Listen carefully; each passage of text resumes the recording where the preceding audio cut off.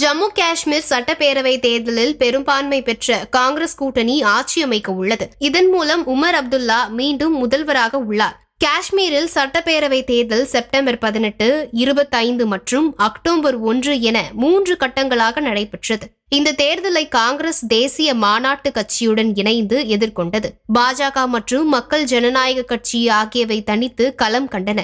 இந்நிலையில் இன்று காலை வாக்கு எண்ணிக்கை தொடங்கியது.